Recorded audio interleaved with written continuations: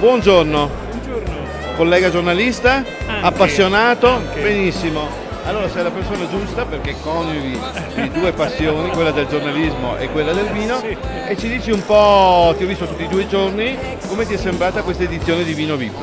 Allora, innanzitutto molto ben organizzata, è proprio vista dal di fuori, molto ben organizzata, molto curata nei dettagli, nei particolari, molto buona la scelta dei vini, la scelta delle etichette, veramente curate, i vari masterclass piene. Ho sentito finalmente delle cose interessanti, un po' originali rispetto a quelle che si sentono di solito.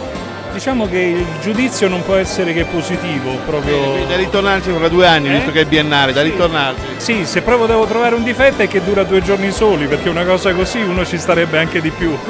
Mi ricordi il tuo nome? Andrea Franchini. Andrea, alla prossima allora, grazie ancora, ciao. This old bird